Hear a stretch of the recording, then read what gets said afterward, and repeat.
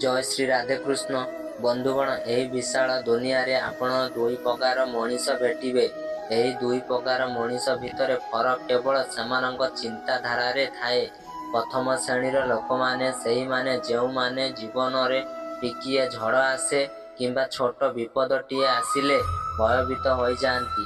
ସେମାନେ ନିଜର ସାହସ ହରାଇ ବସନ୍ତି ଏବଂ ଦୁଃଖର ସାଗରରେ ବୁଡ଼ି ଯାଆନ୍ତି। କିନ୍ତୁ ଦ୍ୱିତୀୟ ଶ୍ରେଣୀର ଲୋକମାନେ ହେଉଛନ୍ତି ପ୍ରକୃତ ଯୋଦ୍ଧା। ସେମାନଙ୍କ ଜୀବନରେ ଯେତେ ବଡ଼ ପାହାଡ଼ର ସମସ୍ୟା ଆସୁନା କାହିଁକି, ସେମାନେ କେବେ ବି ଭାଙ୍ଗି ପଡ଼ନ୍ତି ନାହିଁ। ବରଂ ସେମାନେ ହସି ହସି ସବୁ ପରିସ୍ଥିତିରେ ସାମ୍ନା କରନ୍ତି ଏବଂ ନିଜକୁ ନିଜେ ସମ୍ଭାଳି ନିଅନ୍ତି। ଆପଣ ଲକ୍ଷ୍ୟ କରୁଥିବେ, କିଛି ଲୋକଙ୍କ ପାଖରେ ଦୁନିଆର ସବୁ ସୁଖ ସୁବିଧା ଧନ ସମ୍ପତ୍ତି ଥାଇ ମଧ୍ୟ ସେମାନଙ୍କ ମୁହଁ କେବେ ହସି ନଥାଏ। ସେମାନେ ସର୍ବଦା ଅଶାନ୍ତିରେ ଥାଆନ୍ତି। ଅନ୍ୟ ପକ୍ଷରେ ଏମିତି କିଛି ଲୋକ ଅଛନ୍ତି ଯେଉଁମାନେ ପାଖରେ ବିଶେଷ କିଛି ନାହିଁ ଏବଂ ନା ଧନ ଅଛି ନା କ୍ଷମତା, କିନ୍ତୁ ତଥାପି ସେମାନେ ପ୍ରତି ମୁହୂର୍ତ୍ତକୁ ଆନନ୍ଦର ସହିତ ବଞ୍ଚନ୍ତି। ପ୍ରକୃତ ସୁଖ ବାହାରରେ ନୁହେଁ, ମଣିଷ ମନ ଭିତରେ ଥାଏ। ଭାଗ୍ୟ ଏବଂ ଭଗବାନଙ୍କ ଉପରେ ବିଶ୍ୱାସ ରଖିବା ଭଲ, କିନ୍ତୁ ତାର ଏକ ନିୟମ ଅଛି। ଯଦି ଆପଣ କେବଳ ଭଗବାନଙ୍କ ଉପରେ ଭରସା କରି ବସି ରହିବେ, ତେବେ ଭାଗ୍ୟରେ ଯାହା ଲେଖା ଅଛି ଆପଣଙ୍କୁ ସେତିକି ହିଁ ମିଳିବ। କିନ୍ତୁ ଆପଣ ନିଜ ଉପରେ ଏବଂ ନିଜର ପରିଶ୍ରମ ଉପରେ ଅଟଳ ବିଶ୍ୱାସ ରଖିବେ, ତେବେ ସ୍ୱୟଂ ଭଗବାନ ମଧ୍ୟ ବାଧ୍ୟ ହେବେ ସେୟା ଲେଖିବା ପାଇଁ ଯାହା ଆପଣ ଚାହୁଁଛନ୍ତି। ଜୀବନରେ ବେଳେ ବେଳେ ତଳକୁ ଖସି ପଡ଼ିବା ବା ବିଫଳ ହେବା ମଧ୍ୟ ଭଲ, କାରଣ ସେତେବେଳେ ଆପଣ ବିପଦରେ ପଡ଼ିଥାଉ ସେତେବେଳେ ଯାଏ ଆମକୁ ଜଣାପଡ଼େ ଯେ କିଏ ଆମର ନିଜର ଆଉ କିଏ ପର। ଯେତେବେଳେ ଆପଣ ତଳେ ପଡ଼ିଯାଆନ୍ତି, ସେତେବେଳେ ଯେଉଁ ହାତ ଆପଣଙ୍କୁ ଉଠାଇବା ପାଇଁ ଆଗେଇ ଆସେ, ସେହି ହାତ ହିଁ ପ୍ରକୃତ ସମ୍ପର୍କ ପରିଚୟ ଦିଏ। ମନେ ରଖନ୍ତୁ, ମାନସିକ ଶାନ୍ତି ହେଉଛି ଦୁନିଆର ସବୁଠାରୁ ଦାମୀ ଜିନିଷ, ଯାହା କୋଟି କୋଟି ଟଙ୍କାରେ ମଧ୍ୟ ମିଳେ ନାହିଁ।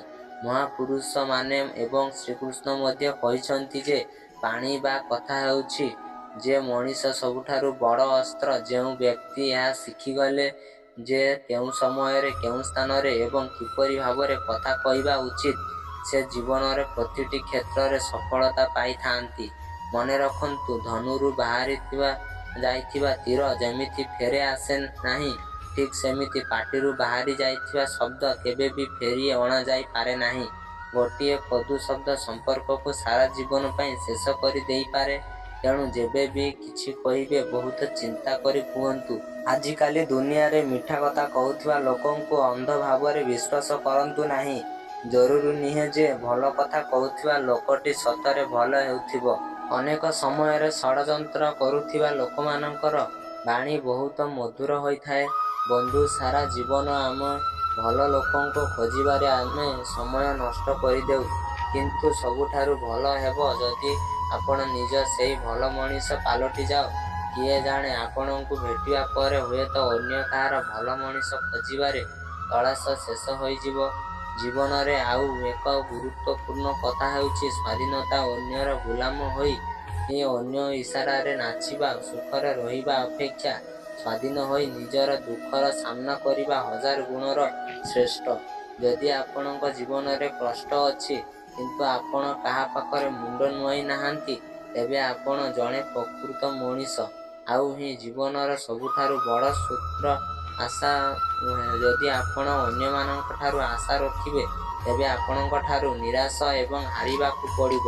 କିନ୍ତୁ ଯଦି ଆପଣ ନିଜ ଉପରେ ଆଶା ରଖିବେ, ନିଜ ସାମର୍ଥ୍ୟ ଉପରେ ଭରସା କରିବେ, ତେବେ ଦୁନିଆର କୌଣସି ଶକ୍ତି ଆପଣଙ୍କୁ ଜିତିବାରୁ ଅଟକାଇ ପାରିବ ନାହିଁ। ମଣିଷର ସବୁଠାରୁ ବଡ଼ ଭୁଲ ହେଉଛି ସେ ଅସ୍ଥାୟୀ ଜିନିଷକୁ ସ୍ଥାୟୀ ଭାବିନିଏ।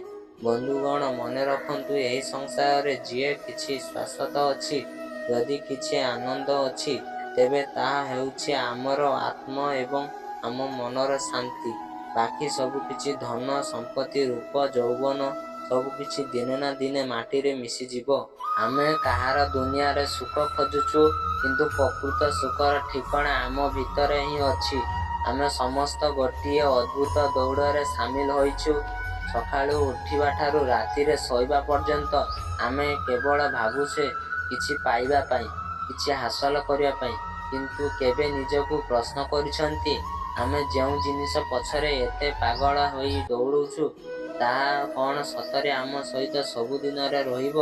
ଅନେକ ସମୟରେ ଆମେ ଭାବୁ ଯେ ଆମେ ଏକା ଅଛୁ, କିମ୍ବା ଯେତେବେଳେ ଆମେ କିଛି ଭଲ କାମ କରୁ କିମ୍ବା ଲୁଚି ଲୁଚି ଖରାପ କାମ କରୁ, ଆମକୁ ଲାଗେ କେହି ଦେଖି ନାହାନ୍ତି। କିନ୍ତୁ ଏହା ଆମର ଭ୍ରମ। ଉପରବାଲାଙ୍କ ସିସିଟିଭି କ୍ୟାମେରା 24 ଘଣ୍ଟା ଚାଲୁଅଛି।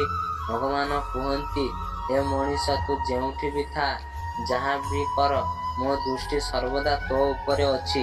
ତେବେ ନିଜକୁ କେବେ ବି ହତାଶ ବା ଏକା ମନେ କରନ୍ତୁ ନାହିଁ। ସେହି ପରମ ଶକ୍ତି ସର୍ବଦା ଆପଣଙ୍କ ସାଥିରେ ଅଛନ୍ତି। ଆପଣ ଦେଖିଥିବେ, କିଛି ଲୋକ ସବୁବେଳେ କାନ୍ଦୁଥାନ୍ତି, ମୋର ଏଇଟା ନାହିଁ, ମୋର ସେଇଟା ନାହିଁ, ଏତିକି କାହିଁକି ହେଲା? ମନେ ରଖନ୍ତୁ, ଯେଉଁ ମନୁଷ୍ୟ ଅଭିଯୋଗର ପାହାଡ଼ ଧରି ବସିଥାଏ, ସେ କେବେ ବି ଖୁସି ହୋଇପାରେ ନାହିଁ। ଅନ୍ୟ ପକ୍ଷରେ ଯିଏ ଭଗବାନଙ୍କୁ ଧନ୍ୟବାଦ ଦିଏ, ଯିଏ ଭାବେ ଯେ ପ୍ରଭୁ ତୁମେ ମୋତେ ଯାହା ଦେଇଛ ସେଇଥିପାଇଁ ଅଶେଷ କୃତଜ୍ଞତା, ସେହି ମନୁଷ୍ୟ ଚେହେରାରେ ଏକ ଅଲଗା ପ୍ରକାରର ତେଜ ଥାଏ। ତା ଜୀବନରେ ଶାନ୍ତି ଥାଏ। ଜୀବନରେ ଏକ କଠୋର ସତ୍ୟ ଶୁଣନ୍ତୁ, ଏ ଦୁନିଆରେ ଲୋକମାନେ ବ୍ୟକ୍ତିଙ୍କୁ ସମ୍ମାନ ଦିଅନ୍ତି ନାହିଁ, ସମ୍ମାନ ଦିଅନ୍ତି ତାହାର ଆବଶ୍ୟକତାକୁ। ଯେତେଦିନ ପର୍ଯ୍ୟନ୍ତ ଆପଣଙ୍କ ପାଖରେ କିଛି ହେବାର କ୍ଷମତା ଅଛି, କିନ୍ତୁ ଆପଣଙ୍କ ଦ୍ୱାରା ଲୋକଙ୍କ କାମ ହେଉଛି, ସେହି ଦିନ ପର୍ଯ୍ୟନ୍ତ ଆପଣଙ୍କ ଇଜ୍ଜତ ଅଛି। ଯେଉଁଦିନ ଆବଶ୍ୟକତା ସରିଯିବ, ସେହିଦିନ ସମ୍ମାନ ମଧ୍ୟ ସରିଯିବ। ଏହା ଶୁଣିବାକୁ ଖରାପ ଲାଗିପାରେ, କିନ୍ତୁ ଏହା ହିଁ ବାସ୍ତବତା। ଏହି ପୃଥିବୀରେ ଏମିତି କେହି ଜନ୍ମ ହୋଇନାହାନ୍ତି ଯାହାଙ୍କ ଜୀବନରେ ଦୁଃଖ ନାହିଁ। ରାଜାଠାରୁ ଆରମ୍ଭ କରି ଭିକାରୀ ପର୍ଯ୍ୟନ୍ତ ସମସ୍ତଙ୍କ ନିଜ ନିଜର ସଂଘର୍ଷ ଅଛି। ଟିକିଏ ଭାବନ୍ତୁ, ସ୍ୱୟଂ ପ୍ରଭୁ ଶ୍ରୀରାମ ଏବଂ ଯୋଗେଶ୍ୱର ଶ୍ରୀକୃଷ୍ଣ, ଯିଏକି ଈଶ୍ୱରଙ୍କ ଅବତାରରେ ଥିଲେ, ତାଙ୍କୁ ମଧ୍ୟ ମନୁଷ୍ୟ ରୂପରେ ଆସି କେତେ କଷ୍ଟ ସହିବାକୁ ପଡ଼ିଥିଲା। ଯଦି ଭଗବାନ ଦୁଃଖରୁ ବର୍ତ୍ତିଲେ ନାହିଁ, ତେବେ ଆମେ ତ ସାଧାରଣ ମଣିଷ। ଫରକ କେବଳ ଏତିକି ଯେ ଆପଣ ଦୁନିଆକୁ କେଉଁ ନଜରରେ ଦେଖୁଛନ୍ତି। ଯଦି ହସି ହସି ସମସ୍ୟାର ସାମ୍ନା କରିବେ, ତେବେ ବଡ଼ରୁ ବଡ଼ ବିପଦ ମଧ୍ୟ ଛୋଟ ଲାଗିବ। ଖୁସି ରହିବା ହେଉଛି ଏମିତି ଏକ ଔଷଧ, ଯାହା ଆପଣଙ୍କ ପରିସ୍ଥିତି ବଦଳାଇବାରେ ତାକତ ଦିଏ। ଆଜିର ଦୁନିଆରେ ବଡ଼ ବଡ଼ ଡିଗ୍ରୀ ହାସଲ କରିବା ବଡ଼ କଥା ନୁହେଁ। ଯେଉଁ ଶିକ୍ଷା ଆପଣଙ୍କ ପାଖରେ ମଣିଷପଣିଆ ଜାଗ୍ରତ ନ କରେ, ସେହି ଶିକ୍ଷା ମୂଲ୍ୟହୀନ। ଆଉ ଗୋଟେ କଥା, ଯଦି ଆପଣଙ୍କ ମନସଭା ଅଛି, ତେବେ ଆପଣଙ୍କ ସବୁ ଭଲ ମାଫ ହୋଇଯିବ। କାରଣ ଉପରବାଲା ଆପଣଙ୍କ ବ୍ୟାଙ୍କ ବାଲାନ୍ସ ଦେଖନ୍ତି ନାହିଁ, ସେ ଆପଣଙ୍କ କର୍ମର ବାଲାନ୍ସ ଦେଖନ୍ତି। ସମୟ କେତେବେଳେ କେଉଁ ରୂପ ନେବ, ତାହା କେହି ଜାଣନ୍ତି ନାହିଁ।